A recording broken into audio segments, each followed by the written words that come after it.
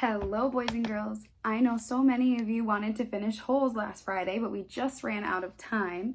So there are about 33 pages left, and I figured that I could just film the last few chapters for you so that you have something to listen to on these few days off from school. So we left off with Stanley and Zero walking back through the desert to go back to the camp in the middle of the night. They were hoping to find the hole where Stanley found the lipstick container and continue digging and hopefully finding a treasure. So Zero had drawn a diagram in the dirt for Stanley to see the path that he thought they were on so that they could get back to the camp. And that's where I will start up again. Stanley still wasn't sure. "We need to go this way," Zero said, first drawing a line on the map and then heading that way himself. Stanley followed. It didn't feel right to him, but Zero seemed sure. Sometime in the middle of the afternoon, a cloud drifted across the sky and blocked out the sun. It was a welcome relief. Once again, Stanley felt that destiny was on his side. Zero stopped and held out his arm to stop Stanley, too. "Listen," Zero whispered. Stanley didn't hear anything. They continued walking very quietly, and Stanley began to make out the faint sounds of Camp Green Lake.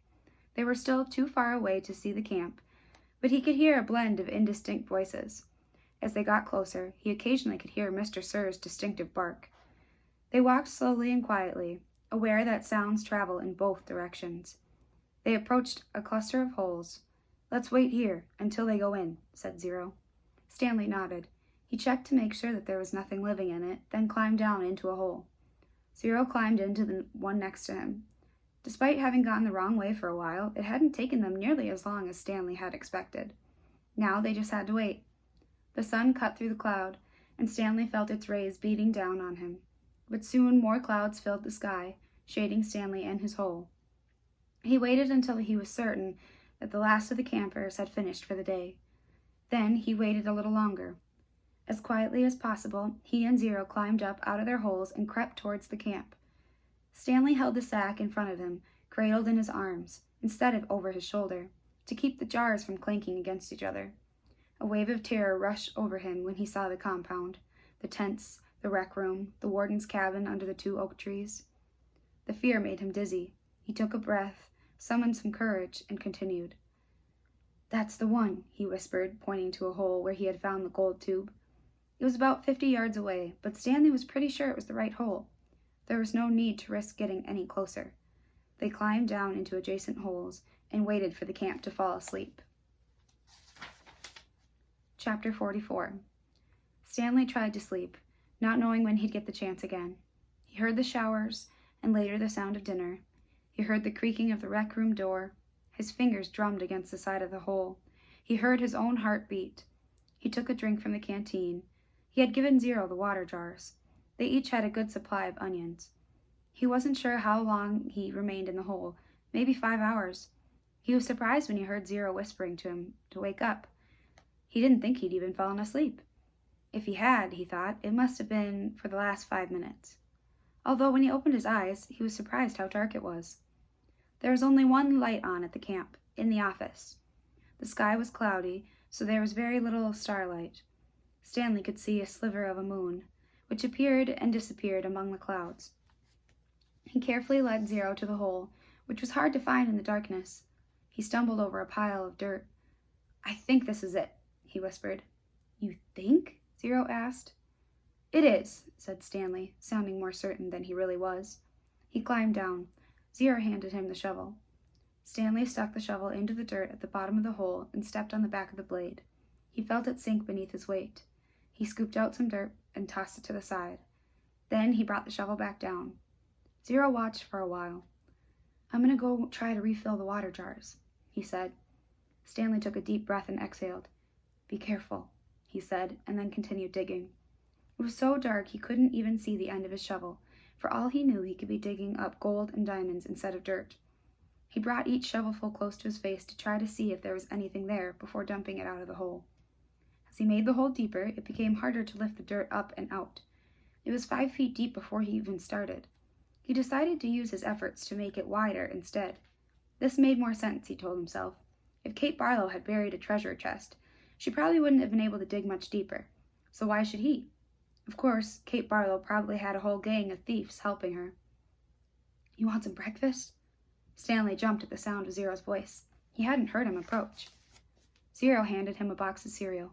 Stanley carefully poured the cereal into his mouth. He didn't want to put his dirty hands inside the box. He nearly gagged on the ultra-sweet taste. They were sugar-frosted flakes, and after eating nothing but onions for more than a week, he had trouble adjusting to the flavor. He washed them down with a swig of water. Zero took over the digging. Stanley sifted his fingers through the fresh piles of dirt in case he had missed anything. He wished he had a flashlight. A diamond no bigger than a pebble would be worth thousands of dollars. Yet there was no way he'd see it. They finished the water that Zero had gotten from the spigot by the showers. Stanley said he'd go fill the jars again, but Zero insisted that he would do it instead. No offense, but you'd make too much noise when you walk. You're too big.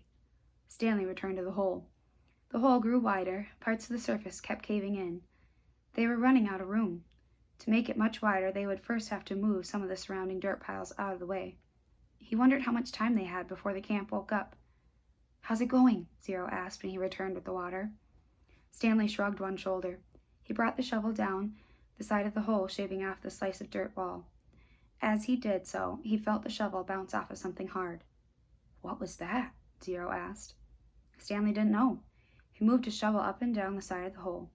As the dirt chipped away, the hard object became more pronounced.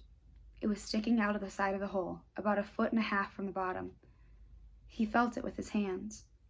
What is it? Zero asked. He could just feel the corner of it. Most of it was still buried. It had the cool, smooth texture of metal. I think I might have found the treasure chest, he said. His voice was filled with more than astonishment. Really? Asked Zero. I think so, Stanley said. The hole was wide enough for him to hold the shovel lengthwise and dig sideways into the wall. He knew he had to dig very carefully. He didn't want the side of the hole to collapse, along with the huge pile of dirt directly above it. He scraped at the dirt wall until he exposed one entire side of the box-like object. He ran his fingers over it. It felt to be about 8 inches tall and almost 2 feet wide. He had no way of knowing how far into the earth it extended. He tried pulling it out, but it wouldn't budge. He was afraid that the only way to get it to back up at the surface. The only way to get it was to start back up at the surface and dig down. They didn't have the time for that. I'm going to try to dig a hole underneath it, he said. Then maybe I can put it down and slip it out. Go for it, said Zero. Stanley jammed the shovel into the bottom edge of the hole and carefully began to dig a tunnel underneath the metal object. He hoped it didn't cave in. Occasionally he'd stop, stoop down, and try to feel the far end of the box. But even when the tunnel was as long as his arm, he still couldn't feel the other side. Once again he tried pulling it out, but it was firmly in the ground. If he pulled too hard, he feared he would cause a cave-in. He knew that when he was ready to pull it out, he would have to do it quickly, before the ground above collapsed. As his tunnel grew deeper and wider and more precarious, Stanley was able to feel the latches on one end of the box and the leather handle. It wasn't really a box. I think it's some kind of metal suitcase, he told Zero. Can you pry it loose with the shovel? Zero suggested. I'm afraid the side of the hole will collapse. We might as well give it a try, said Zero. Stanley took a sip of water. Might as well, he said. He forced the tip of the shovel between the dirt and the top of the metal case and tried to wedge it free. He wished he could see what he was doing. He worked the end of the shovel back and forth, up and down, until he felt the suitcase fall free.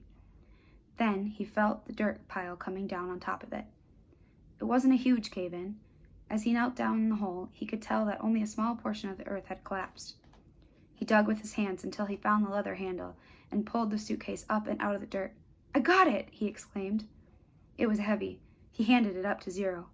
You did it, Zero said, taking it from him. We did it, said Stanley. He gathered his remaining strength and tried to pull himself out of the hole. Suddenly, a bright light was shining in his face. Thank you, said the warden. You boys have been a big help. Chapter 45. The beam of the flashlight was directed away from Stanley's eyes and on to Zero, who was sitting on his knees. The suitcase was on his lap. Mr. Pendanski was holding the flashlight. Mr. Sir stood next to him with his gun drawn and pointed in the same direction. Mr. Sir was barefoot and bare-chested, wearing only his pajama bottoms.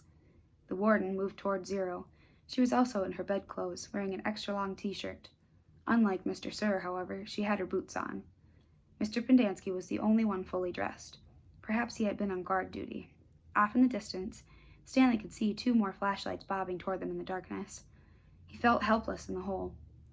"You boys arrived just in the nick of," the warden started to say. She stopped talking and she stopped walking. Then she slowly backed away. A lizard had crawled up on top of the suitcase. Its big red eyes glowed in the beam of the flashlight. Its mouth was open, and Stanley could see its white tongue moving in and out between its black teeth. Zero sat as still as a statue.